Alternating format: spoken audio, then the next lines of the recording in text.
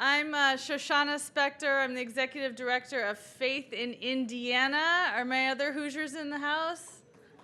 Yes!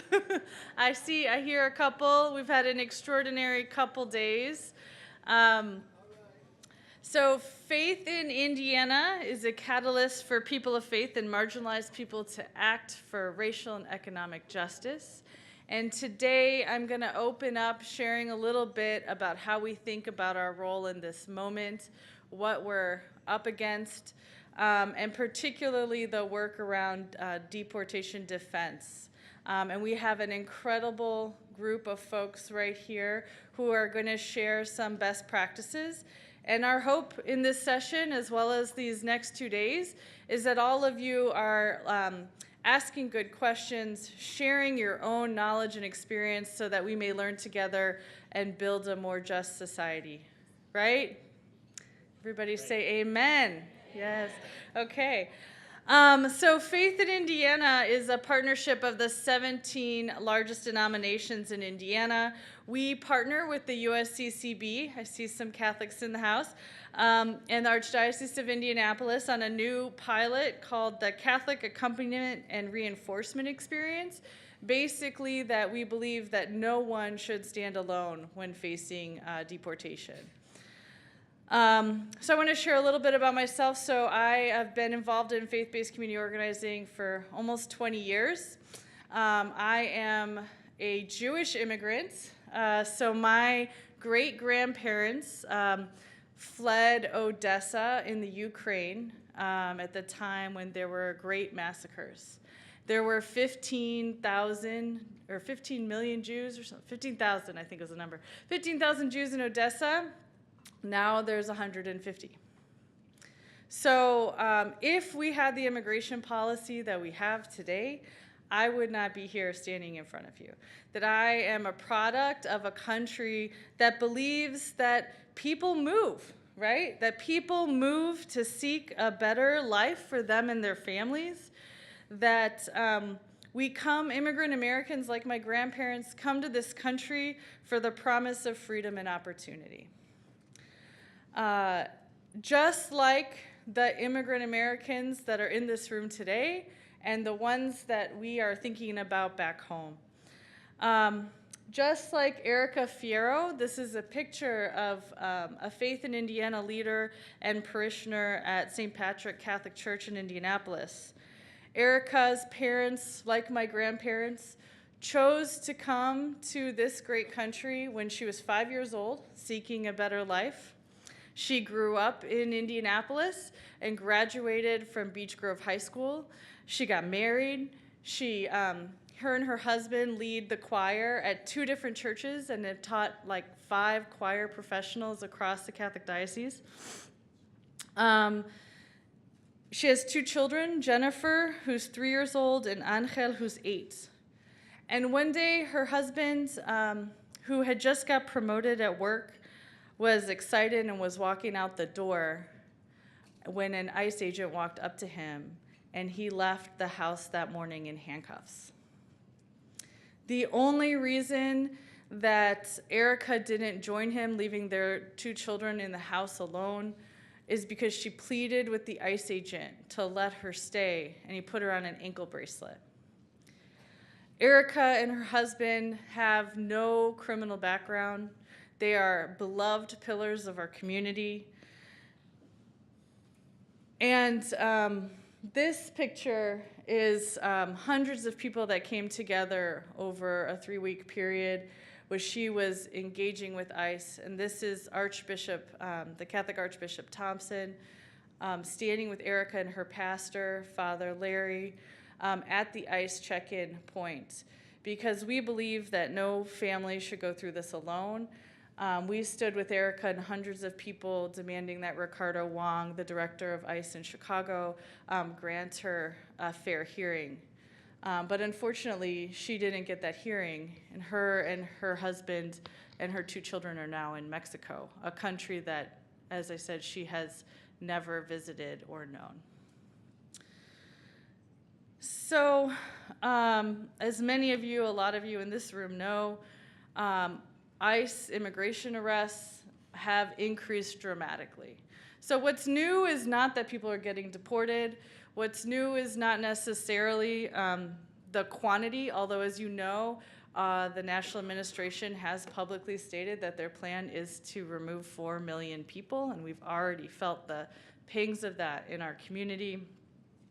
But what's also new is that most of those people are beloved family members like Erica, who have no criminal background, who pose no danger to our community, and who are now the targets of deportation and separation of their families.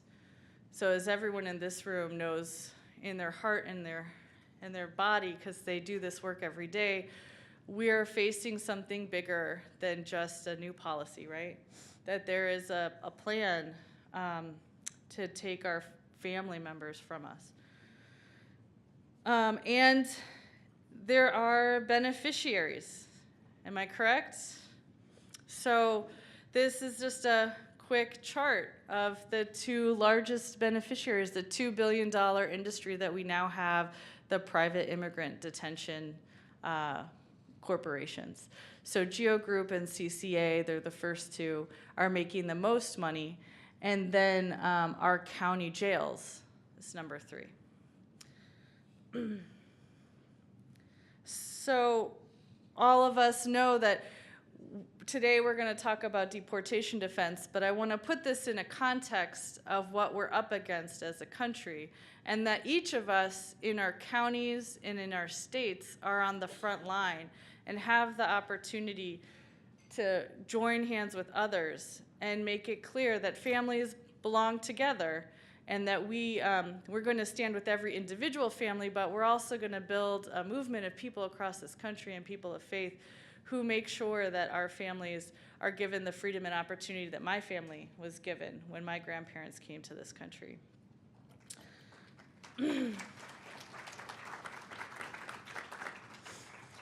So Faith in Indiana, we're trying our best, right, in the midst of this. So there's 3 main strategies. So one is solidarity. No one stands alone. We have created a hotline and a number that people can call locally. We're distributing it through our congregations and our communities. And we have people that are trained that if they get a call, they will show up within 5 minutes to anyone who's threatened by ICE. So if there's a raid in the workplace or ICE comes knocking at the door, or Erica called us, minutes later, and folks showed up so that she wasn't going through that alone. And then we're also, like many of you, built a network and trained hundreds of people across the state to accompany immigrant families to deportation and detention proceedings. Because as you know, now that they've removed the priority of people that have criminal records, anyone who's undocumented is at risk of deportation. And just doing your civic duty and showing up at your check-in, as you all know, in the legal community, is resulting in never seeing your family again. So we have built a network to make sure that no one stands alone, and that every single individual that we are in relationship with will be accompanied. And then 2, that we have to change the narrative. So we organize clergy across the state to counter the narrative of fear that points the finger at immigrants for all the problems in our country as a way to advance a political agenda that we won't talk about today. But our families are being scapegoated. So we need to move a narrative of belonging. You heard my story at the beginning. We know this is a country where people are seeking freedom and opportunity. That's what makes America an incredible place to be. And our clergy, we're organizing clergy and people of faith to every single moment that folks are facing danger, we're shifting the narrative. So this is a picture of the human chain of belonging that we organized between Senator Donnelly's office and our U.S. Senator Young in Indianapolis, where we shut down the main thoroughfare in the downtown to ask that not one more dime goes to funnel and fuel the ICE deportation pipeline. And Senator Donnelly did agree to join the Keep Families Together Act that was recently proposed at the border.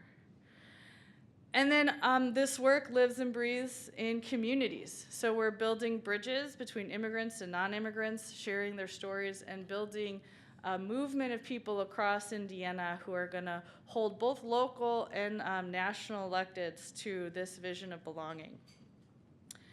And four, we are working to create change. So we're accompanying families that are facing deportation, but we also know that counties and states are at the front line. This is a picture of Allen County Sheriff in a room with 2,000 people, immigrants and non-immigrants together, committing to end ICE detainers. As many of you in the legal community know, the gateway to the deportation pipeline is when someone gets pulled over for a traffic violation, ends up in the county jail, and they say, wait, let me just call ICE and see if they want you, right? And then they hold them for 48 hours. In Indiana, we fought over a year and a half, and we got, in southern Indiana, the Supreme Court to issue an order that deems that unconstitutional in the entire southern part of Indiana. So our county jail no longer holds people for ICE in Marion County. And we're expanding. On Sunday, we will be meeting with that sheriff, Allen County Sheriff Gladio, to make sure that since he made that commitment in April, we haven't seen a written directive. It is not yet the law of the land. And so 400 people will be gathering at St. Joseph Catholic Church to urge him to make that commitment final, public, and the law. So we can create change, we can hold our public officials accountable, and we can make sure that every single person who's facing deportation is surrounded by a community of love and belonging who's not going to go away, and it doesn't happen in the dark, right? That people, we need everyone in America to understand what's happening and to be clear. So the purpose of this session is to focus on that piece. So I want to introduce this incredible lineup of folks that we have who are going to share what they're doing in their states and across the country. I got to look at the list. So Brian Hoffman, raise your hand. The Immigrant Justice Campaign, he's the pro bono coordinator at the International Institute of Akron.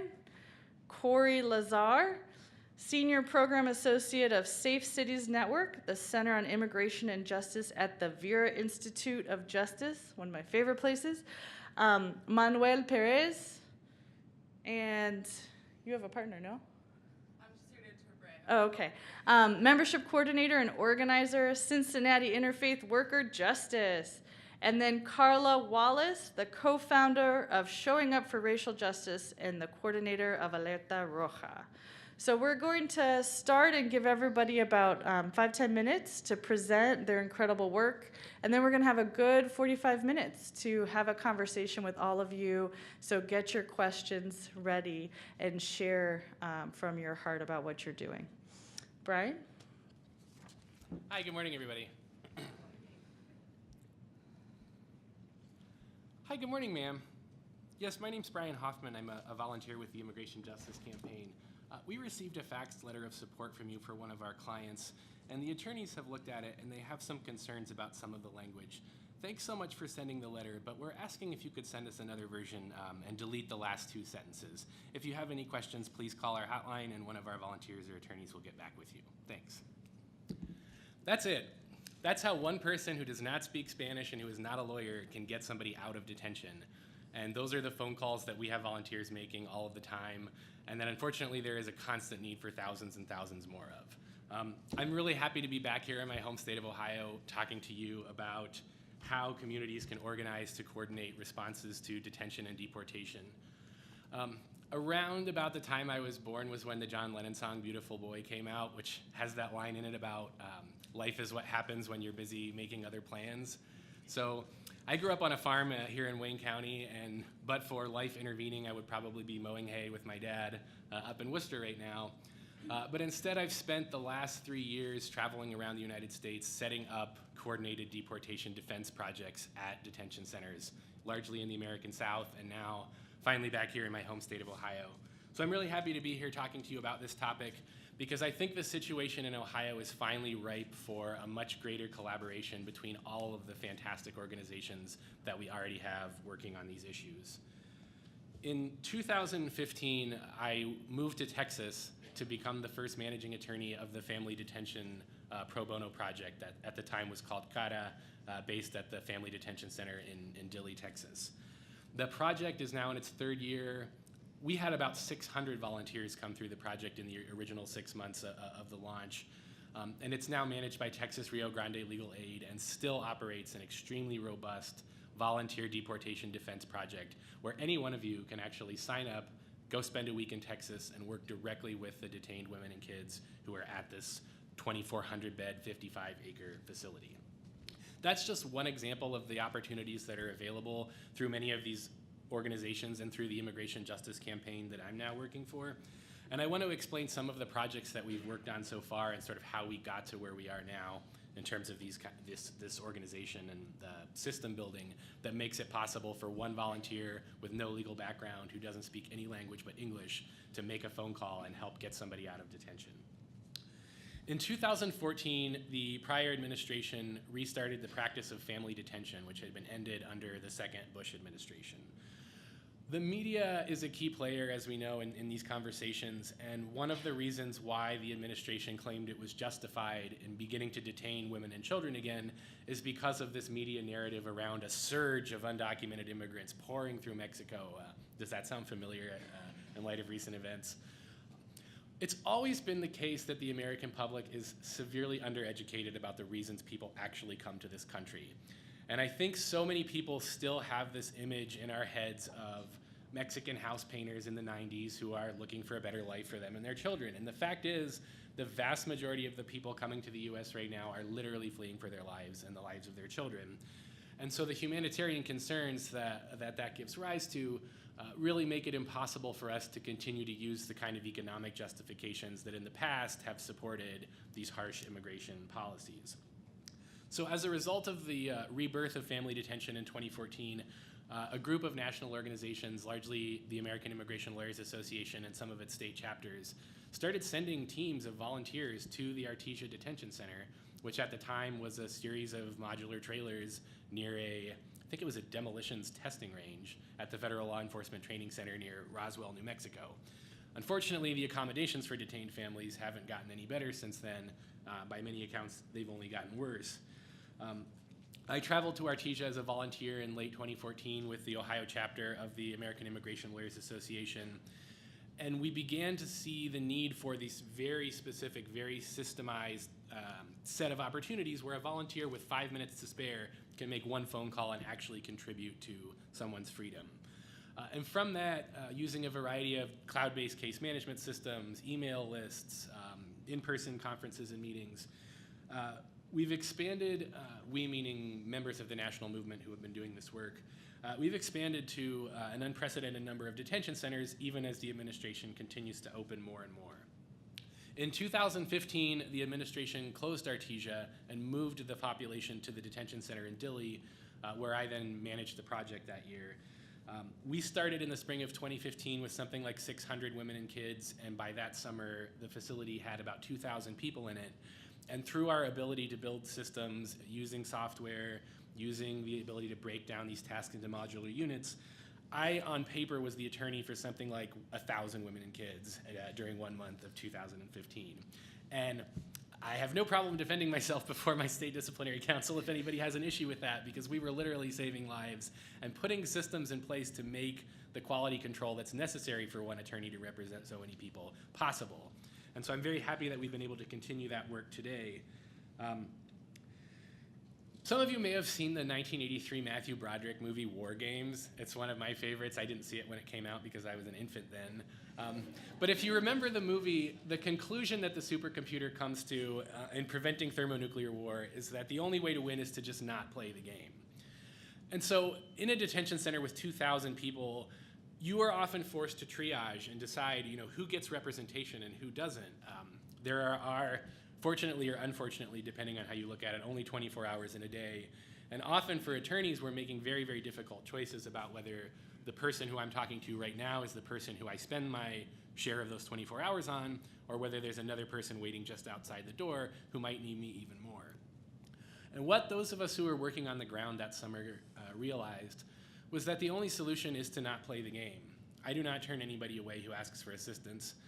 Often I tell them it's probably unlikely that I'll be able to find you an attorney, and in fact the 20 minutes I'm going to spend with you right now is statistically the only pro bono legal help you'll ever get, but you get those 20 minutes. These are difficult philosophical debates that happen within the legal community all the time about whether we should focus our resources on meritorious cases or cases that we believe have strong chances of success, or whether we should try to make sure that everybody gets some level of assistance. One of the things we realized in Dilley was that even for people whose procedural postures made it impossible for us to help with their legal situations, we were able to do humanitarian interventions. I still remember the woman who spent 15 minutes sobbing uncontrollably in my office before I finally understood that her daughter had been lost crossing the Mexican border, hadn't been found, it had been several weeks, and we were able to get in touch with the US and Mexican embassies and the border patrols on both sides and mount a search effort for her, which was this woman's only concern at the time. One of the themes in these detention projects is the difference between how you litigate a detained case and a non-detained case. And invariably in detention, your main challenge is getting the detainees to focus on the legal aspects of their situation, because their most immediate humanitarian needs are at the forefront of their minds and are going completely unmet. So if you have someone who doesn't know where their children are, who has urgent medical needs that aren't being met, who can't eat the food that's provided in detention, who can't sleep because they're surrounded by 60 other men in metal bunk beds that scrape across the floor all night, it's going to be very hard for you to get them to understand what the standard for passing a reasonable fear interview is, and yet that's how you save that person's life, quite literally. So for me at least, we found that the only solution was not to play the game and not to make these kinds of choices, because those are the choices that the government makes, right? We are going to pick and choose which people we arrest and which people we deport. They're increasing those numbers more and more. But from a compassionate legal perspective, I feel very strongly that everybody gets something. And so one of the lessons that I think lots of people should take away from what's happening now is that you have to be willing to lose. You have to say yes to people, and you have to be willing to lose. Because if we limit ourselves to only fighting those cases that we think can win from the beginning, we're not advancing the paradigm at all, right? We're not moving the ball forward, and we're only fighting for the people who we already said we thought had good cases. So the most recent iteration of all of these different projects is the Immigration Justice Campaign, which I work for now out of the International Institute of Akron. And we operate a website called immigrationjustice.us. The goal of this website is to become a clearinghouse for all of these different opportunities. Whether you have an entire week that you can go to Texas and stay in a hotel and volunteer at a detention center, or whether all you have is 20 minutes once a week to make phone calls, there are things that you can do. And I'm very much looking forward to hearing from the rest of the panelists and continuing the conversation on the role that we all have to play in what I like to call the war to save due process.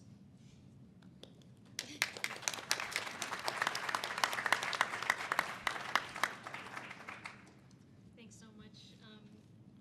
So I'm here thank you so much. The Vera Institute of Justice. I'm a senior program associate, and the program that I work on is the Safe Cities Network, which I'm going to tell you all about. I want to tell you a little bit about Vera. Vera works on criminal and immigrant justice reform. And our model is really to work with governments to model better practices. And we use a lot of research to help come up with those models and to evaluate the models to see if they're working and what kind of impact they're having. So Vera's been working in the immigration scene for about 15 years, maybe longer. I've only been there for a year, so I don't know all the details. But I've been a big fan of them for a long time, partially because of one of their great programs. It's called the Legal Orientation Program.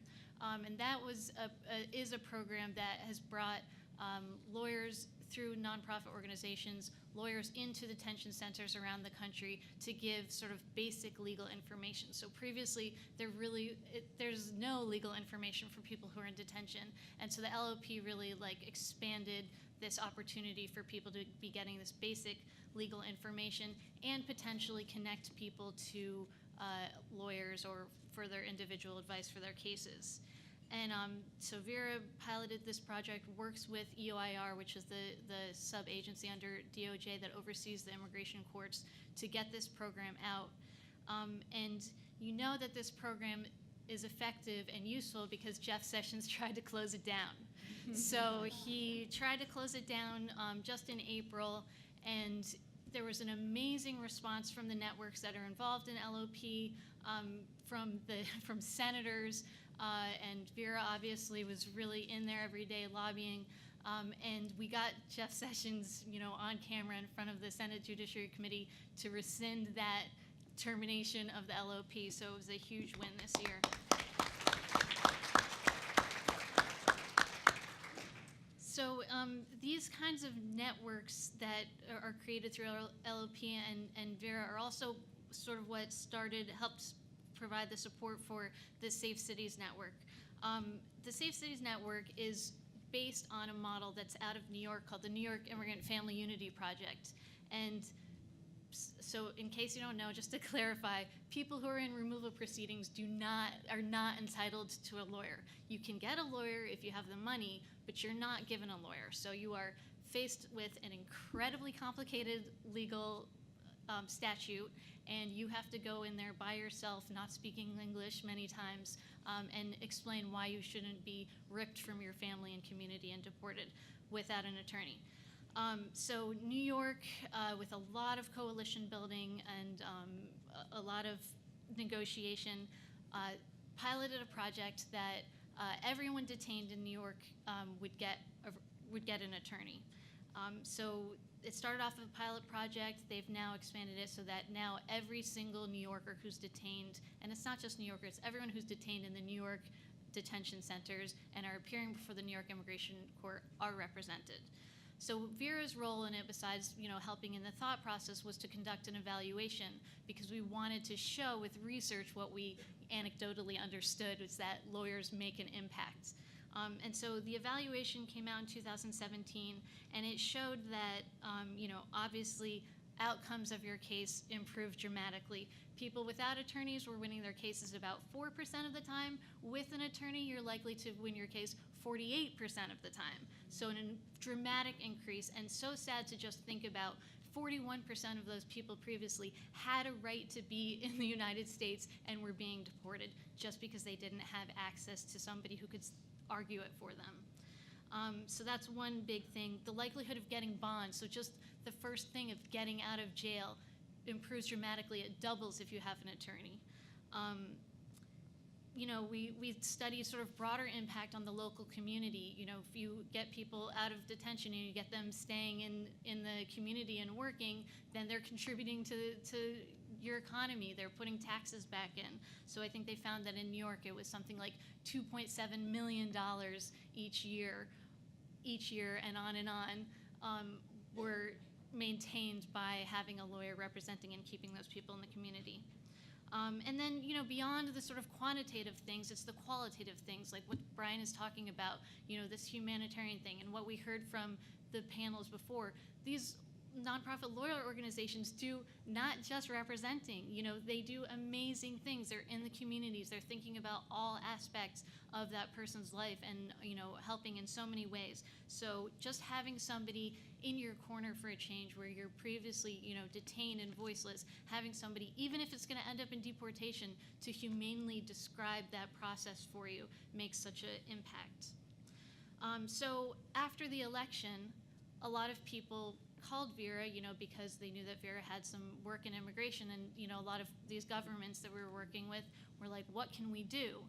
And we had just been involved in NIFA, and so we had an idea, which was, why don't we try and pilot this same idea of providing representation to detainees across the country?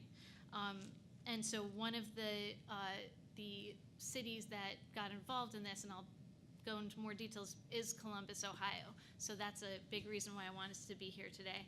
I also just wanted to mention that I'm learning a little bit more about my own immigrant story as I've been involved in this project, and it turns out, even though I'm a staunch East Coaster from DC, my roots are Ohio. So it turns out my grandfather's family's from Cleveland, my grandmother's family's from Cincinnati, so I'm in the right place. So describing what Safe Cities is, so Safe Cities are reaching out to local governments and saying, if you're interested in protecting your immigrant communities, here's something concrete you can do. Set aside public funding for representation for your residents who are in detention. Once you have that public funding, work with a local nonprofit or attorney group that can provide representation. And the representation that we're pushing, the model that we're pushing is universal representation, which I think that Brian just gave us a really beautiful illustration of why that's so important. Let's, stop trying to do that extra hard work of triaging and trying to make decisions and maybe contributing to this narrative of deserving versus undeserving. Every person who's in removal proceedings deserves an attorney. It's a travesty that we have them going through proceedings without an attorney. So we're really pushing that communities agree, besides setting aside public funding, that money is going to be for anyone who is in removal proceedings.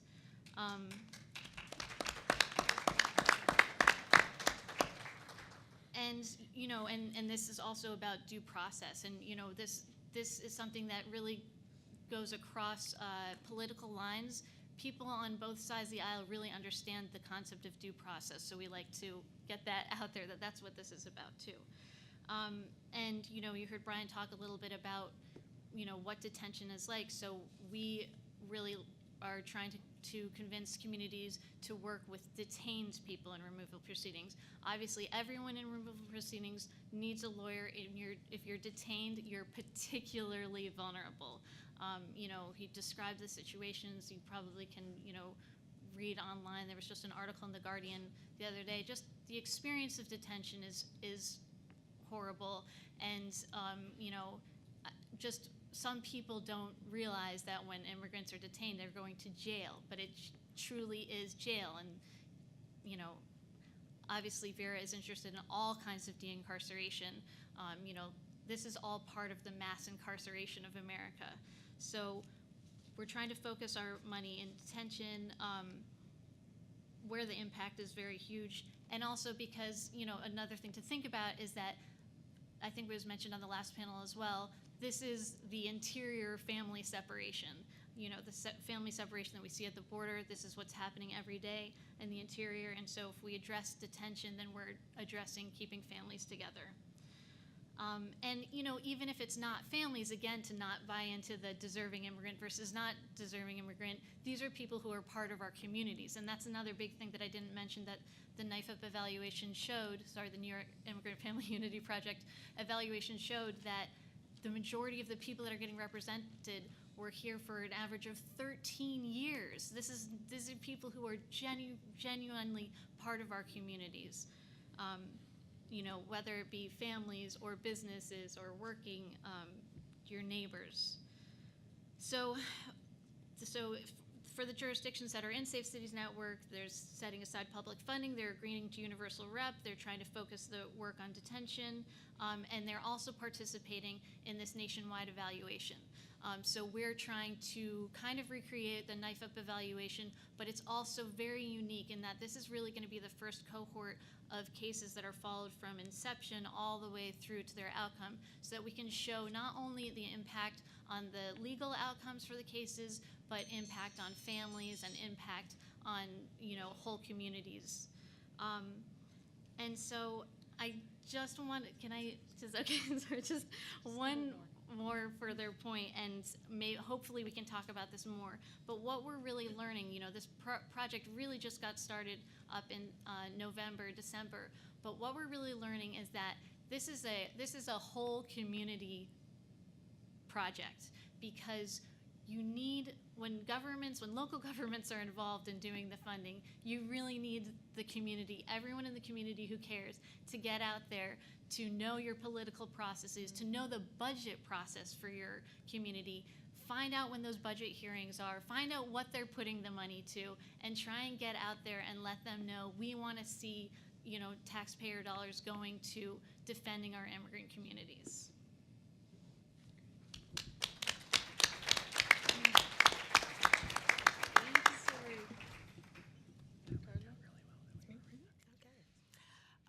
Good afternoon, everybody, or good morning still, I guess. I really want to appreciate the whole theme of this conference in terms of whole communities. I think in Louisville what we have found is the silos that we're often working in, and the silence, these two S's, the silos and the silences, is what holds us back from building stronger defense work. My grandparents were part of the anti-Nazi resistance in the Netherlands. And I remember as a little girl, my grandparents met in a restaurant. They were working class, white folks. And yet they became one of the sites on the path of where people would hide who were fighting against the Nazis. And I remember as a little girl asking my grandmother, weren't you afraid? And she said, child, dat doe je toch, that's just what you do.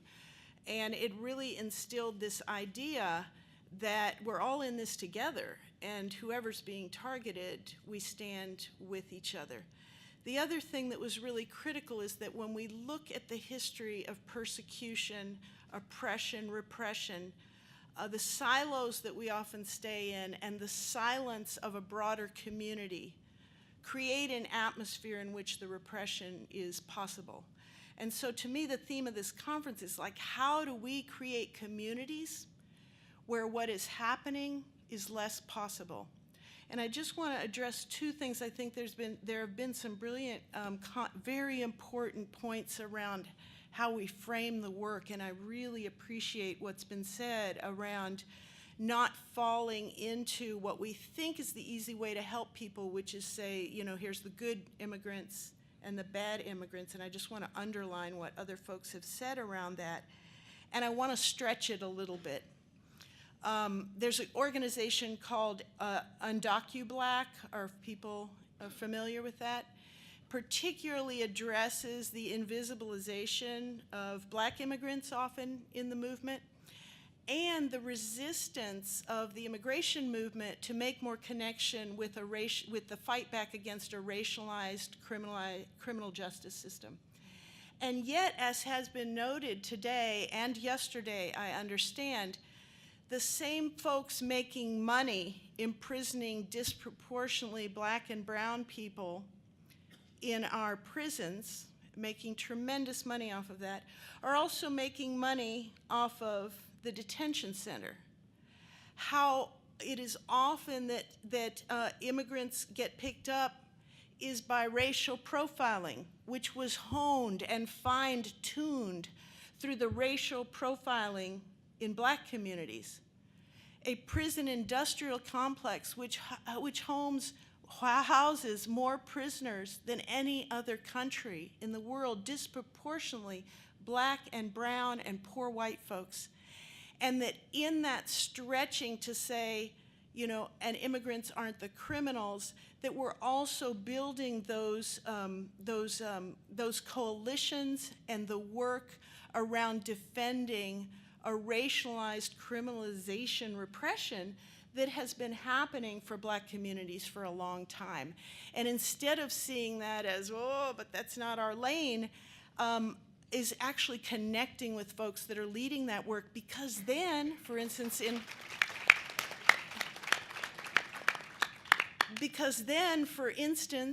Louisville, Kentucky has been picked, along with Detroit and I think a couple of other places, to end cash bail. For people who don't know, the shorthand is, if you do a crime, you haven't been found guilty yet, and you have money, you're out. If you don't have money, you stay in. So it's really a poverty jailing. And who else gets caught in that besides poor Black folks and poor white folks? It's undocumented people, in particular undocumented and immigrant people who are struggling in terms of class and economics. And that having to wait there in the jail, what does that mean? Wait there, and then who comes but ICE? So there's a natural, like if we're trying to get rid of cash bail, that's a potential Black, brown, and progressive white coalition that can be very powerful. So I just wanted to say that briefly about the framing. So in Louisville, Kentucky, when we were looking at, okay, there's silos and there's silence of too many people in the community, many because folks didn't know what was happening, even though a lot of folks are doing incredible work and sounding the alarm, is that we formed a coalition called Alerta Roja, And Allison spoke to it a bit, and I think Karina spoke here from La Casita on yesterday. And one of the challenges about that, and I'm sure people in the room will appreciate this, is you have the activists over here, and then you have the lawyers over here, and then you have the faith leaders, and then you have the advocates, and then you have the service providers. And there are different ways of coming at this issue. And there's often, and just to be real and transparent, a lot of attitude going all ways. The activists are messing it up. They're making too much noise. The lawyers are too conservative. They don't want to work with anybody. The advocates are representing people who should be able to speak for themselves. And the politicians are just doing whatever feels good that day. And so all these divisions lead to a community that is not prepared for whole community response. And let me just give one example. ICE actually used the framework of bad immigrants, good immigrants in Louisville to try to interfere with our just beginning and challenging coalition among attorneys, advocates, providers, activists, service, direct impacted faith, etc., by going to some folks in that coalition and saying, don't worry, we're only going to deport the bad people. So we don't need a sanctuary city, which is part of what we were pushing, because we're only going to get the bad people. And that was an attempt to divide us. And we had some difficult struggles about, the activists were like, we are gonna light on fire in this community a fight for sanctuary, because it is a way, most of us fighting for the sanctuary, we didn't think we were gonna get it, but we knew that a sanctuary battle would put on the minds of everybody watching television, which side are they gonna be on if people are getting dragged out of their homes and taken from their families? We needed to put the issue of what was happening on the community agenda, and we needed to force elected officials to decide which side they were on. And through the work of showing up for racial justice in support of the lead organization, which was Mi Gente, we were all part of this larger coalition that was looking at what are the different ways, and sanctuary battle was one way to break the silence in the community. So people would start coming out of the woodwork saying, what can I do? And I've loved the presentation where folks are figuring out how to create the on-ramps, because we don't have enough of them, and we could have much more response if. So Alerta Roja Intervention Coalition, some of the other things we do, and Allison touched on them, is we train volunteers in how, when there is an attack on a community, when there is an ICE raid, or ICE is just knocking on, not just, but is knocking on someone's door for removal, deportation. People are trained, there's a hotline, they get a call, they go to the site, and we have trained folks in documenting what's happening, taking pictures, in being on the other side of that door and saying to people, you do not have to open the door, on accompanying people if they are taken, and giving people resources to other, to legal, to La Casita and other places where they can get resources. And it's an incredible space in which to activate people who are wanting to step forward, because we do orient them around what is it, because they're mostly white, mostly folks who have less vulnerability in standing there taking pictures of ICE, right? And so orienting them in that the experts on what happens is not us, but it's the people who are being directly impacted, and they lead how we are going to relate to what's happening to them. That is very critical, and we call it accompaniment. We do not call it helping. We don't call it being allies. We call it accompanying people, and they center how they are going to be assisted. The other thing we do is we have ICE Watch, which means in the wee hours of the morning, often between 5:30 and 8, when a lot of the time ICE arrives to wait for people to go to work or for mothers to take their kids to the bus. We send people, we wear these really ugly, very bright green neon hats with a button on them that say Alerta. And often our volunteers say, oh, nothing happened this morning. I wasn't very effective. And we say, great. It's great that nothing happened and that ICE didn't arrive, so that's a learning, right? But what we are hearing back from the communities where we go is that they feel like ICE is aware of the Alerta Roja program, and in more than 2 regional and national meetings, Louisville has been named as a problem spot by ICE because we are doing this kind of visibility and intervention. Badge of honor, right?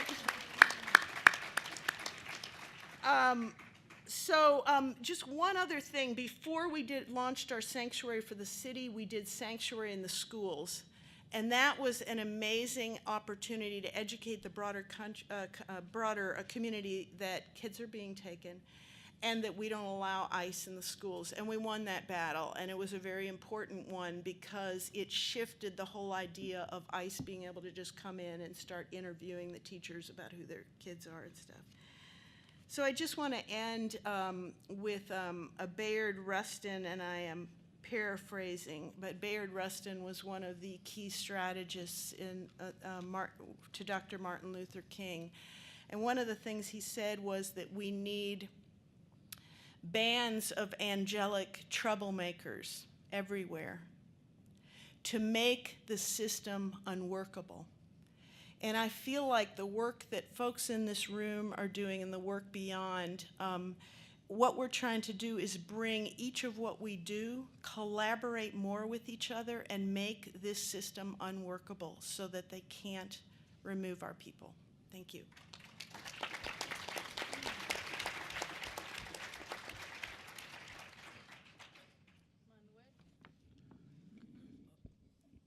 Buen día tengan todas y todos. Mi nombre es Manuel Pérez del Centro de Trabajadores de Cincinnati, acompañado de mi compañera Magda Orlander.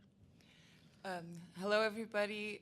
Good morning. My name is Manuel Pérez with the Cincinnati Interfaith Worker Center, and this is my colleague Magda Orlander. Bueno, solo brevemente, algunos conocieron el Centro de Trabajadores porque hubieron visitas el día lunes, posiblemente ya están familiarizados, pero solo quisiera explicar que el Centro de Trabajadores surgió en el 2005 y básicamente su línea de enfoque son derechos de trabajadores y de inmigrantes. So I know some people came to a site visit and had the opportunity to be in our space on Monday, but I just wanted to share with those who didn't have that opportunity what is the Worker Center. So the Worker Center was founded in 2005, so it's been around for 13 years, and is focused on the struggle for workers' rights and immigrants' rights. Y durante estos 13 años el centro ha comprendido la importancia de luchar juntos. Durante estos 13 años hemos sido parte de diferentes coaliciones, cada una trabajando en su momento, y actualmente somos parte de una coalición que se llama Por la Dignidad del Inmigrante. And so in those 13 years of working, we learned the importance of working together. And during those 13 years, we've had experiences of working together in coalitions for immigrants' rights. Currently, we are part of the Immigrant Dignity Coalition. Y bueno, también agradezco a los compañeros y compañeras que me antecedieron. Hay algunos tópicos que no se tocan mucho y es importante hacerlos. Lo que yo hoy vengo a compartir no es nada nuevo, es algo que ya conocemos, es algo que sucede. Entonces no estamos ni inventando el agua azucarada ni reinventando la rueda. So I also want to thank some of the folks who came before me speaking. There's a lot of things that they were talking about that we don't typically touch on, and it was really valuable. What I'm here to talk about today is nothing new. These are things that we already know in many ways. I'm not here to reinvent sugar water, nor am I here to reinvent the wheel. Y bueno, algo de eso me gustó escuchar cuando no es bueno ver si es un inmigrante bueno o malo, o si es una persona mala o buena. Eso, pues como organizaciones tenemos que tomar en cuenta que estamos para luchar por todos. Y algo de lo que voy a mencionar en esta presentación es parte de un ejemplo de lo que sucede en esa situación. And I also really want to I want to give thanks to the point for my colleagues to bringing up that there's no point in focusing on who is a good immigrant and a bad immigrant, who is a good person or a bad immigrant. We have to understand as organizations we are here to fight for everybody, and some of the things that I'm going to get into will also touch on that. Y bueno, solo también para poner un poco de marco a la conversación, parte de lo que hacemos es derechos de trabajadores inmigrantes y de bajos salarios en el área de salud y seguridad. Y parte de lo que hemos aprendido es que hay muchas cosas que no están en nuestras manos poder controlar, ¿verdad? Y podemos poner un ejemplo de eso, como cuando hay un terremoto, como cuando hay un huracán, un tornado. And so one of our focuses as an organization is organizing for workers' rights and safety and health on the job. And one of the things that we've learned doing this work is that there are a lot of things that are not in our hands, such as, for example, if we are confronted with an earthquake or with a hurricane. Y bueno, algo que se conoce como gestión de riesgo, cómo lidiar con estas situaciones, nos da un ejemplo de saber qué hacer antes, durante y después de que ocurra la situación. En este caso, hablando de detenciones y deportación.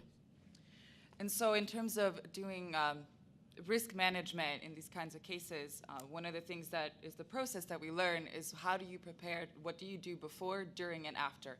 And in our case, this is how we think about detentions and deportations.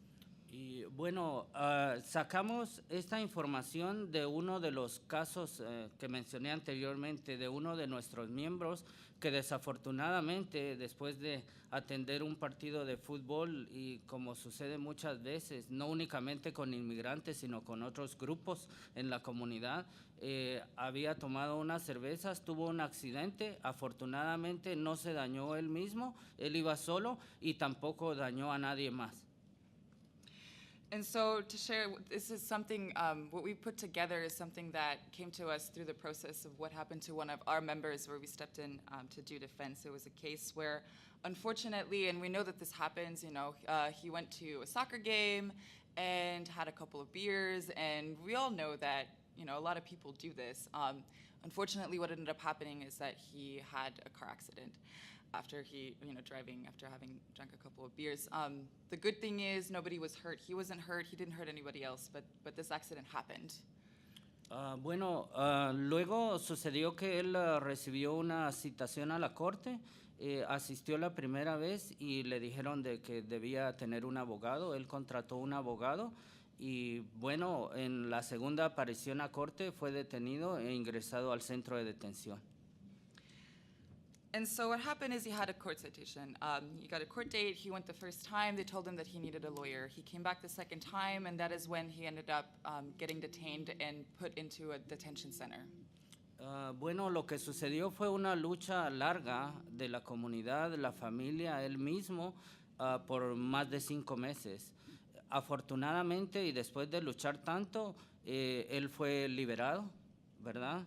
Y permaneció con su familia. En este caso, algo que fue muy importante fue que él tiene una niña nacida acá en Estados Unidos.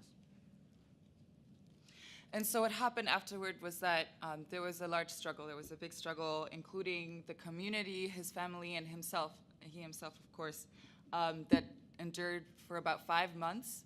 And the result of that was that he was able to stay, that we were able to keep him here. One of the things that was really important in this case was that he had family here. He had a U.S.-born daughter. Y bueno, a raíz de eso nos sentamos con la familia, con ellos y el staff en el centro y organizamos básicamente qué fue lo que aprendimos de este proceso.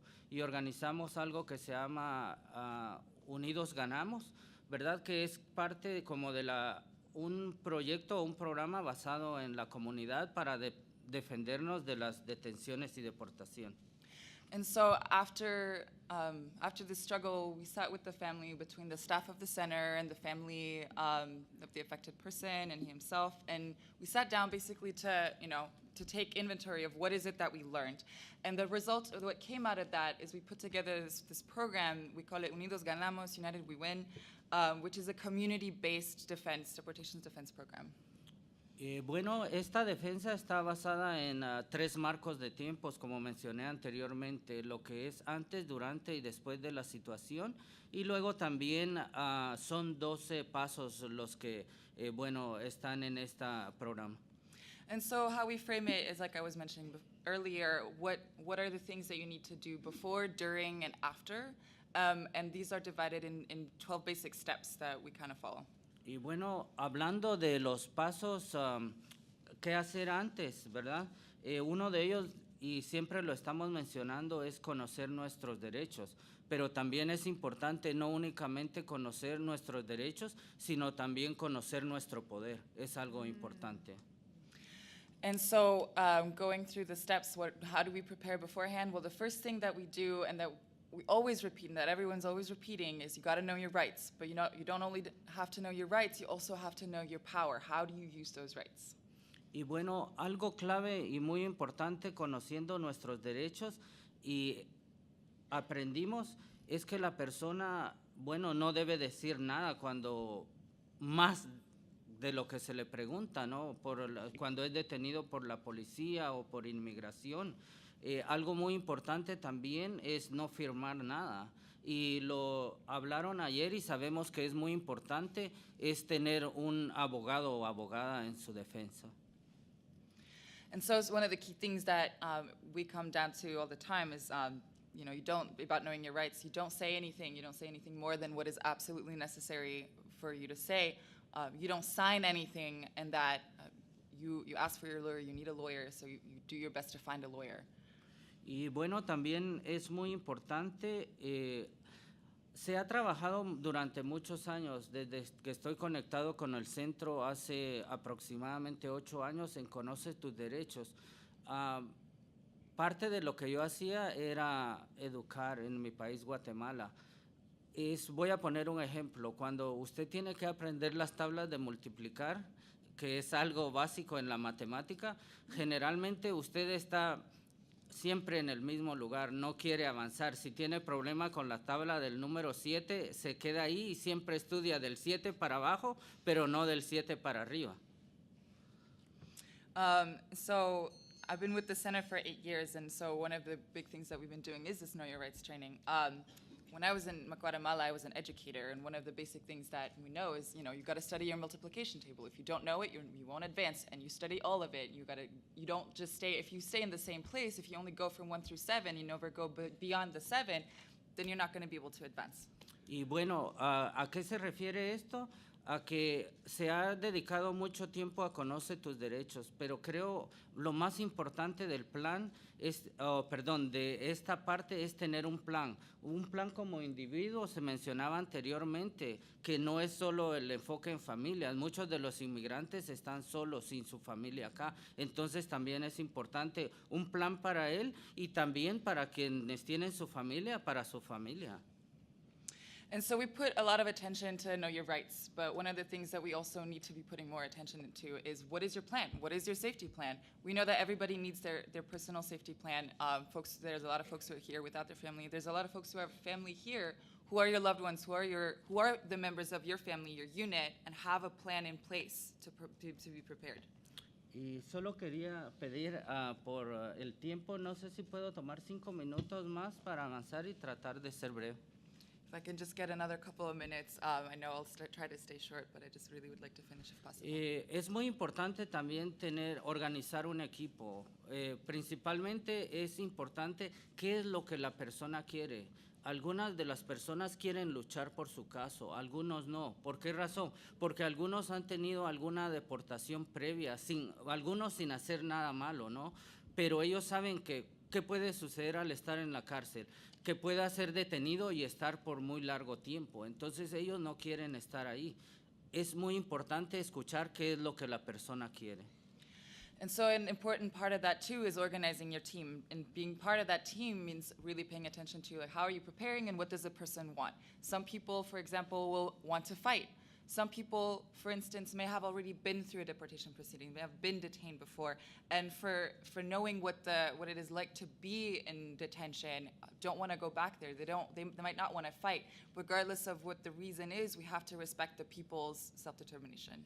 Y bueno, parte del equipo, y muy importante, lo mencionamos, un abogado o una abogada. En el caso que mencioné anteriormente, la familia contrató un abogado. Desafortunadamente no hubo una muy buena comunicación y el abogado no quiso continúa representando. Lo que sucedió es que la persona detenida, él tomó la iniciativa y dijo, yo me voy a representar solo.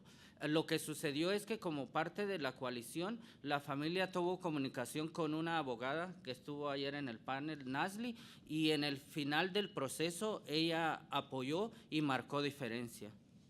So in the case that I was mentioning earlier, and this is one of the things that's important for the team to have is access to a lawyer. In the case earlier, the person was represented by a lawyer, but then because of some miscommunication, that lawyer ended up quitting the case, and the member decided to represent themselves. But then when the center got involved, when we were fighting this as a team, as a coalition of people, there was another attorney that we were connected to who agreed to take the case, and that made a huge, huge difference. And she was on one of the panels yesterday, so. Pero quien tomó la decisión de tener o no tener un abogado fue él y la familia, ¿verdad? Es algo que nosotros como organización no podemos imponer, es lo que la persona desea. But who took the decision to take the representation with the lawyer was the person and their family. We cannot, as an organization, make that decision for anybody. Sabemos también muy importante recaudar fondos. Se están necesitando fondos para pagar fianzas y también para pagar honorarios de los abogados. Pero es muy importante también involucrar a la comunidad, porque si la comunidad se involucra, la comunidad puede hacer muchas actividades, puede recaudar fondos en beneficio de ellos mismos. Y como organizaciones podemos crear un fondo para que esperemos que no suceda, pero si sucede, tener un fondo para nuestros propios miembros. Another important thing is raising funds before you need them so you can pay for lawyers, so you can pay for bail. And the good thing about being in a community is that you can get with your community and have a lot of activities together to raise those funds. And as organizations, we can open those funds as well and help steward them so that when our members are in need, let's hope they won't be, but if they are, then we have those funds available for them. Y bueno, es importante también obtener ayuda. Cuando digo obtener ayuda, ¿a qué nos referimos? También no podemos negar, y es una realidad que sucede en la comunidad, y en la medida que se aborde, también se va a solucionar el problema. Algunas de las personas están detenidas por manejar sin licencia, pero algunos también están detenidos por manejar en estado de ebriedad. Algunos otros están detenidos por violencia familiar. Y bueno, es importante buscar la raíz de esos problemas y llegar a esos problemas y tratar de solucionarlos. And then the thing about this too, the last step in this case is getting help. And what do we refer to when we say getting help, the help that we need? Well, it is a reality in our communities that we can't negate that. Of course, some people are arrested just for driving without a license, but there are a lot of folks who are getting arrested for driving under the influence or because of family violence. And as a community, we need to come together and find what is the root of where is that coming from and encourage each other to get the help and help each other find the help that we need. Bueno, por el tiempo voy a avanzar. Cuando está sucediendo el evento, siempre la persona llama a alguien, es importante. Algo muy práctico es que la persona tenga una tarjetita. Diferentes organizaciones a nivel nacional las han producido, es tener un número. Cuando alguien está detenido por los nervios va a olvidar todo, entonces eso es clave. Y que también la persona que reciba la llamada atienda la llamada y actúe inmediatamente. During one of the things that we know, what happens, you get detained, well, what happens then? You try to call somebody. There are a lot of organizations, even on the national level, that have these cards, emergency contact number, like be prepared, have it with you, because what if you're nervous, for instance? It's an unfamiliar situation, it's very stressful. Don't forget the number, have it on your card. And then on the other end of that, be ready to take the call and to take immediate action. Y bueno, tomar como equipo acción inmediata, y eso lo que va a implicar es como equipo tomar decisiones muy importantes que van a ayudar en el proceso para que, bueno, la persona pueda ser liberada o continuar luchando con la familia y la persona afectada en el proceso de detención o de deportación. And so acting as a team, reacting immediately as a team means also making hard and important decisions together. And the important thing is to be coordinated in advance so that when you are in the position that you know, working with the family, making those decisions, that you are coordinated and make those decisions quickly and also with the family and the affected persons involved. Y bueno, en el proceso del después es importante que haya un cuidado continuo. ¿Qué significa eso? Posiblemente se consiguió una fianza, un abogado, se pagó, la persona fue liberada, pero el proceso no termina ahí, el proceso continúa. Desafortunadamente, y también hemos notado mucho, muchas de las personas que están siendo detenidas es por no atender una corte. Entonces tenemos que poner atención a eso, no tenemos que ver barreras, no importa si la persona fue detenida en Arizona, en California, podemos hacer algo, lo han hecho y por ejemplo esta persona que mencionamos en el caso anterior, ahora él está ayudando, él recibió una llamada de un vecino acá en Cincinnati que un familiar estaba detenido en Texas y él estaba ayudando, ¿cómo? Con algo simple, consiguiendo una tarjeta para que la familia esté en comunicación, cosas como esas se pueden hacer. And so after, in terms of what do we need to do, well, pledging ongoing care, taking care of each other ongoingly, because even though, let's say you are able to liberate the person from detention, well, the process continues. We know a lot of folks are detained because of a missed court date, for instance, where if you can take care of each other and stay with the process, you can maybe get places when we don't want to see those things as barriers. We don't want to set barriers to ourselves in terms of doing that ongoing thing. The person, for example, the member that that we were talking about earlier, their case, now is helping other people going on with, so he, as an example, he recently got a phone call from a family member who had somebody, who knows somebody who was detained in Texas. Well, how is he helping? He's helping this person coordinate so that to buy a phone card so that they can make phone calls and keep supporting ongoingly on a day-to-day basis in the little things and in the big things. Y bueno, lo más importante, cuando sucede y la persona es liberada, muchas veces no se conoce, la comunidad no escucha. En la medida que nosotros promovamos eso, eso va a empoderar a la comunidad y le va a dar fuerzas para luchar, escuchando que sí se puede, que si nos organizamos y luchamos, vamos a obtener una victoria. Gracias y disculpe por pasarme del tiempo. And so the final thing, the important thing, you know, with this approach that we're trying to advocate for, a lot of the times in the community, folks might not know each other. So, you know, we enter in these processes and we try to help each other, but few people don't necessarily know each other, don't hear each other. So what we're advocating for is that people do connect with each other, that people do come together in the community, from the community, on the base, because si se puede, yes, we can do this, and if we get together and we fight, we can win. Right. Thank you for your time. Sorry for going over.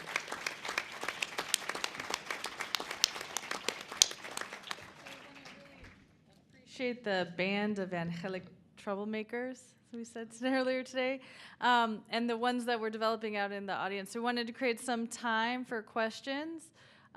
There's probably a microphone going around. Is that? Oh, it's right here. Okay, line up. So if you have a question, if you'd like to come to the front.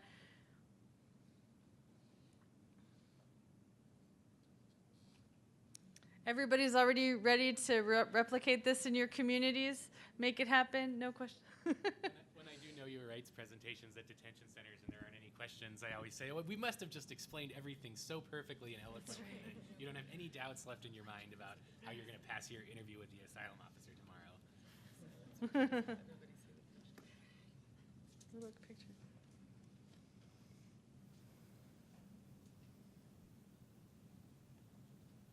Okay, come on up.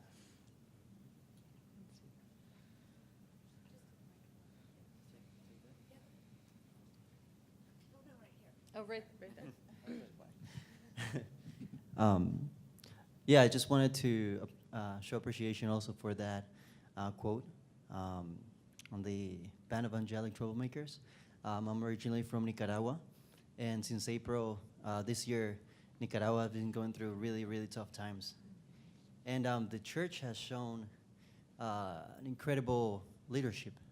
And it just spoke to me so much because, well, right now the government is basically organizing paramilitary forces to attack the people protesting the dictatorship. And in many instances, when the paramilitary forces are attacking unarmed university students or any other, civilians protesting, in several times the church, even the local bishop, has gone and organized pilgrimages with the Blessed Sacrament, walking in between the armed conflict. and they even brought in one point the nuncio, and so it just really spoke to me. But I guess the point is, like, why do we have to wait till there's an armed conflict? Why do we have to wait till the situation is almost impossible to resolve for people to not just call, but also show even a greater capacity or greater example for leadership? That was basically it. Thank you. Thank you. Well, Do you wanna respond? I have a thought that I think might be responsive. I remember reading I think it was a Vanity Fair interview with President Obama, and he talked about why he has someone else pick out his clothes and his meals for him. And the reason is because it's actually very clever. You only can make a certain number of decisions throughout the day before you get mentally fatigued. Your executive functioning centers of your brain don't allow you to constantly make all of these decisions and pay attention to so many things at once. And I think that's true collectively as well. Darfur is not fixed. Haiti is as bad as it was right after the disaster, but we only have attention spans that allow us to pay attention to so many things at once. And so when we have something like a workplace raid in Ohio and all of a sudden everyone's paying attention, it's really incumbent upon all of these fantastic organizations to make sure that we take advantage of the fact that people know this is happening and are paying attention and turn folks out to help address the problems. And I think, personally, I think it's terrible what's going on in Nicaragua. I have Nicaraguan clients in detention who ICE won't release, even though they're completely undeportable, because you can't send people back to Managua right now. And if somebody wants to write a motion to reopen for a Nicaraguan guy in Youngstown right now, please come see me and I will give you all the details. Thank you. Sir?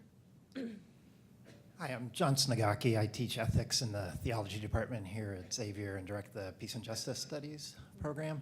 And I had a question about church-based sanctuary, what role you see for that. My family are actually caretakers of a Quaker meeting house that was a physical place of sanctuary here back in the 1980s for a Salvadoran family. There is a local sanctuary coalition that is building again here in Cincinnati, but there's a lot of hesitancy on anyone wanting to go into sanctuary because of becoming sort of a public target. And so just wondering if you had thoughts on, the role of church-based sanctuary, whether there's indications that ICE is willing to actually go into churches now, or whether that people physically living in church grounds would be a way to protect people from deportation, if you have thoughts. And I know in Columbus, I believe there are several folks in the sanctuary of that kind, and I don't know about experiences elsewhere around the country. I would just say for Faith in Indiana, that's something that we've grappled with a lot. So we do have congregations that actually one of our partner congregations, the Cathedral Church on the Circle, actually remodeled one of their church so that they could create a housing space for sanctuary. But I think the important thing to understand about sanctuary is that it really is, it's a public strategy. So it's about lifting up the public injustice of people being deported. And it doesn't work to have sanctuary if nobody knows about it, right? So it's a media strategy. And it is, for the person involved, like we don't know yet, traditionally or it has been that ICE and law enforcement don't come into congregations. We don't know under these circumstances in this administration if that will continue to be the case. And then I think the individual has to decide if they want to put that at risk. Because if I go into sanctuary, so if I, like in Erica's case, the woman we talked about at the beginning, we talked about that. And we offered her sanctuary. And she just didn't want to do it because she could be separated from her family. So if you go into sanctuary and then ICE, you don't do removal, you don't leave, or you don't follow the directions, then it's possible you could end up in the detention center away from your children. So there's some individual decisions that have to be made.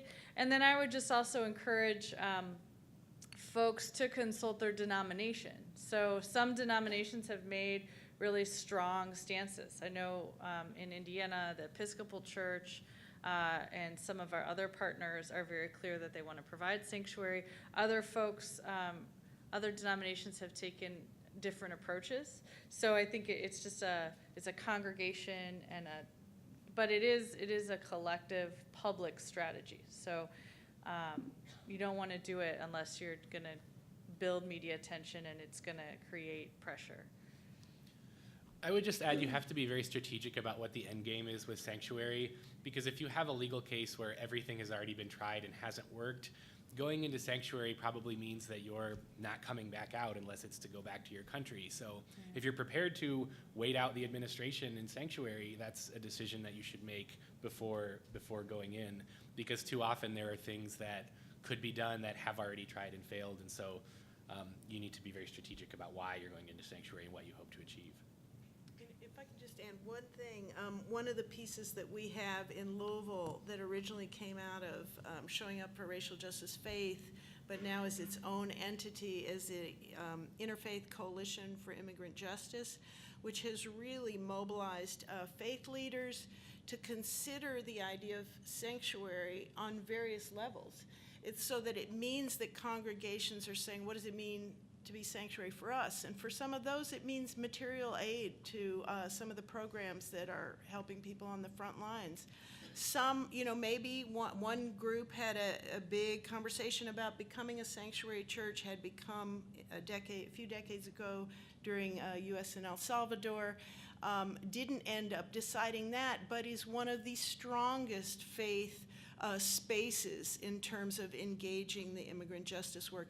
So the conversation itself gets individuals, faith spaces, and communities deciding, how am I stepping up? And I think that's really important. Hi, my name is Laura Vasquez, and I'm with Unidos US. And I had a couple of questions for Brian and Corey. Specifically, I'm really interested in the idea of scaling practices, either through using technology or things like municipal funds. So I guess I just wanted to ask a little bit about the Immigrant Justice Campaign and how it connects with local enforcement actions. Is it something where it's only once folks are in detention centers? Like, if you can give us a little bit more information about how it connects with the response locally, the particular project. And then for Vera, are there plans to go beyond the current cities in the network, and are there trainings about how to raise municipal funds? Thanks. So I'm one of those attorneys who believes that most of my colleagues have an overinflated sense of their own importance. And so I hate to always be the person who says, getting a lawyer is the single most important thing you can do to fight your case. But the statistics that Vera and many other great organizations have generated show that that's in fact the case. So while I wish it weren't necessary that everybody needed my services and I could go back home and mow hay with my dad, unfortunately, legal representation is the key to getting yourself out of detention in so many cases. And I'm very grateful that you used the word scaling, because that's exactly what we're trying to do. The Immigration Justice Campaign right now operates at 6 pilot sites, 6 detention centers across the U.S., and they include projects in collaboration with the Southern Poverty Law Center, Texas Rio Grande Legal Aid, the International Institute of Akron, where I work. So each of the 6 sites is a specific detention center, and they have a variety of opportunities, everything from actually going there and doing meetings all day with clients on the inside, to making phone calls, to indexing exhibits. And that's the kind of thing that we're focused really heavily on right now. How do you take a massive deportation defense strategy that involves dozens of cases and break those all down into digestible units that somebody can do in their spare time on a weekend? So technology is one way that we found is a great way to do that. We also find that it takes a lot of management.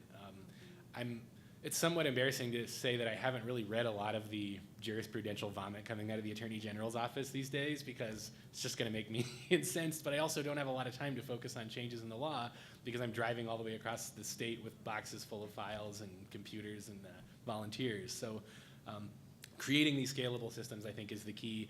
And I would very much encourage everybody to visit the Justice Campaign website, immigrationjustice.us, because you can see exactly that whole continuum, from renting a car and buying an airplane ticket and flying to Texas for a week to just making phone calls on a weekend.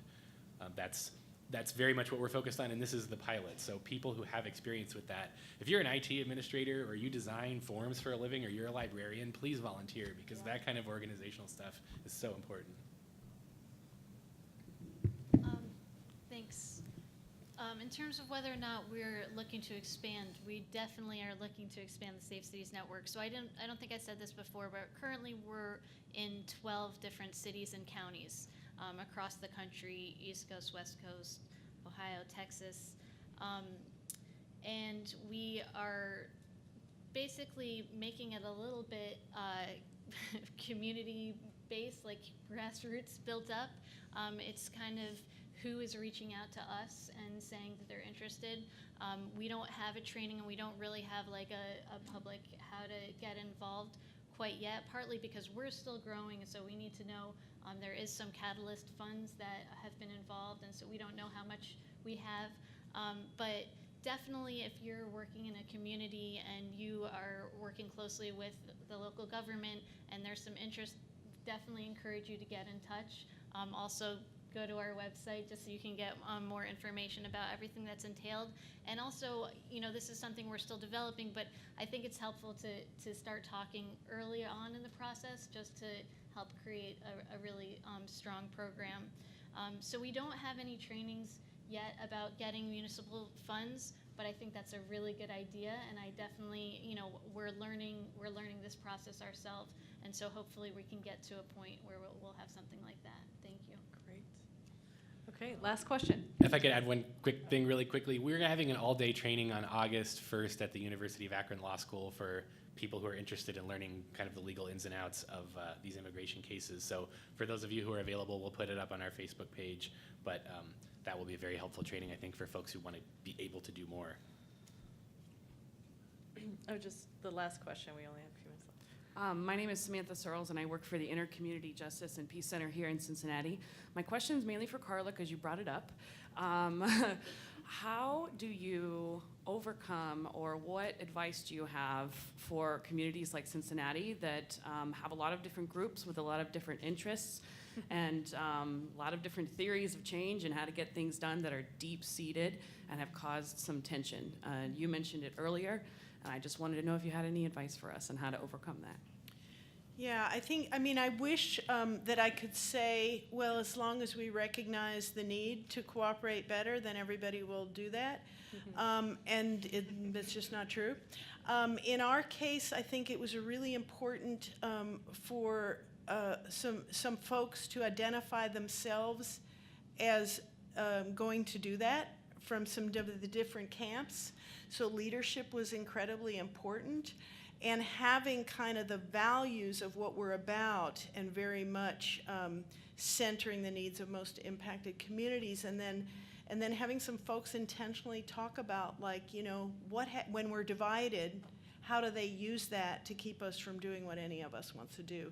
So it definitely, there were tensions flared around the launching of the sanctuary effort because it was very activist oriented. We were going to be at every city hall meeting, et cetera, et cetera. But then, you know, folks meeting with each other, talking and valuing each other's work. We had one whole meeting which pretty much was lifting up the value of, yes, and public visibility, and yes, legal representation, and yes, services. So doing that kind of relationship building was really, really key. Great. Manuel, ¿quieres la última? Solo quería decir algo, solidaridad con nuestras hermanas y hermanos nicaragüenses. Aunque yo estoy físicamente acá, mi corazón está allá. ¿Por qué? Porque mi familia vive allá y como producto de lo que está sucediendo allá, mi hijo ahora mismo tuvo que regresar a Guatemala donde nació por la situación. Son los jóvenes los más vulnerables. I just wanted to say solidarity with the brothers and sisters in Nicaragua, solidarity with Nicaragua. Even though I'm physically here, my wife and my family, they have been in Nicaragua, and unfortunately, because of what has been happening, my son has had to return to Guatemala, where he was born, because of the conflict in the situation. Como organizaciones de la comunidad hemos aprendido, muchas veces es difícil lidiar con políticos, ¿verdad? Entonces, lo que tenemos que tratar de hacer es y educar a la comunidad que ellos están en posición donde el mismo pueblo les ha puesto y tienen que hacer las cosas en beneficio del pueblo. Aprendimos en la lucha por la reforma migratoria que posiblemente no podemos hacer cambios muy grandes ahora mismo a nivel nacional, pero podemos hacer cosas a nivel local. Es importante también luchar a nivel local y luego trasladar esa lucha al nivel estatal y luego al nivel nacional. One of the things that we learned in our organization is that sometimes leading with politicians is really, really difficult. So for us, the most important thing is focusing back on the people, educating the people, working with the people, because the people are in the position where they sit, where they know what they need, where they know what's going on, and to doing things with the community that will benefit the people. And in the past, we were part of struggling for national immigration reform. And that struggle, we also learned that sometimes it can be very difficult to go after national reform, after the national struggle. But we can do maybe smaller scale things closer to home, but that are incredibly effective. And from doing the local work, scaling it up to the statewide. So starting at the base, scaling it up to the statewide, and then going on to the national with a strong local base. Y aquí a nivel local, como parte de esa lucha, se ha conseguido una ID que se llama Mark ID, que ha ayudado y marcado diferencia en las personas. También se ha logrado hacer cambios en la policía local, ¿verdad? Para que ellos acepten la matrícula consular y también los pasaportes que no se estaba haciendo. Una ciudad que ha dicho que es amigable con los inmigrantes y sabemos que necesita más, como mencionó nuestro compañero José anteriormente, donde ponen su diálogo o su retórica, tienen que poner su dinero, como lo está haciendo Columbus ahora mismo, creando un fondo para quienes no tienen acceso a representación legal tengan eso. Ese tipo de cosas se pueden hacer. So one of the local things that we were able to do to get through the struggle is a local ID, the Mark ID, so folks can be able to identify themselves. Another thing is improving the police relations so that they would accept passports and matriculas, consular IDs for identification. And like Jose was saying earlier, you know, when we go after these policies and we go after the local struggle, it's important that the leaders, the local elected leaders, know that where there is their words, they need to be putting their money. And those are things that we can do, like they're doing in Columbus. We can pressure them to putting their money where their mouth is. Y un poco acerca de santuario, tenemos que entender, son cosas que he percibido no únicamente a nivel local, sino a nivel, en algunas veces en actividades a nivel nacional. El movimiento santuario es muy importante, pero también tenemos que entender una cosa, el movimiento santuario como fue en los 80s es completamente diferente ahora. Entonces tenemos que actualizar esas cosas, ver qué cosas sirvieron y replicarlas, pero lo que no es adaptable a este tiempo, cambiarlo. Eso es muy, muy importante y algo que no había mencionado y creo que se nos está olvidando. Da tristeza y lo mencionó la compañera el día anterior. Cuando vemos esas escenas, cuando ICE llega a los centros de trabajo, el uso de armas, el exceso de fuerza, tenemos que poner atención a la militarización de la policía y de las autoridades como ICE. Eso que está haciendo, vemos y es alarmante el incremento de la policía matando a miembros de nuestra comunidad y en este caso llegando a lugares con exceso de fuerza. Si no ponemos atención a esto, esto va a ir más fuerte. Tenemos que hablar alto y fuerte y poner atención a eso y como se mencionaba, unirnos. No estamos un grupo étnico en contra de otro grupo étnico, sino que lo que estamos tratando es de luchar contra la injusticia y la única manera de cambiar es uniéndonos.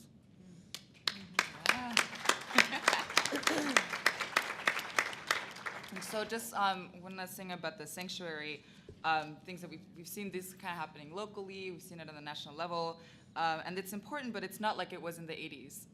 So what we need to learn from what was going on then, what are the things that we can adapt to using now, but the things that don't fit, they're not adaptable to the current situation, to not replicate those. And then one last point, of course we see with a lot of sadness to things that are going on in our community, but we really need to be focusing our attention on the fact that when we're seeing ICE doing these workplace raids, when we're seeing ICE going into the communities, that there's a level of militarization of the police as well as the immigration enforcement that is incredibly alarming. When we see the police killing our community members, when we see the police using excessive force to commit violences toward people, it is important for us to be in solidarity, like the sister was saying earlier, to raise our voices, to be loud and to be strong and to unite in solidarity, and to be fighting against the injustice of this as it connects. So I just want to really thank the panel. As you heard, yeah, let's see. So hopefully folks heard, obviously legal representation is critical, but everyone on this panel also lifted up that we have to organize, right? That we have to come together across differences, that there's work to be done at the national level, but ultimately our counties and our states are on the front lines, and that's where all of you sit. We talked about a lot of specific things that can be done at the local level, county IDs, ending ICE detainers, money for representation. I mean, here in the Midwest, we defeated, along with many, many other partners, as part of a large coalition in Elkhart, a proposed ICE detention facility that would have housed 14,000 people a day from Indiana, Michigan, and Ohio. And they're not going away. They have proposed now in Newton, Indiana. So the plan, you know, we have to be on the front lines together to make sure that no more immigrant detention facilities get built anywhere in any of our states, and that we're fighting back, and that the community knows what's happening to our families, right? Because we have a lot of folks in the world. I mean, here in this room, we all know the horror, but we need to sound the alarm and bring a lot more people into this movement. So we're gonna break for lunch, and if you've heard something that you want to talk about or come up and talk with these folks, find each other, make friends. We're gonna be working together for a long time. So thank you very much.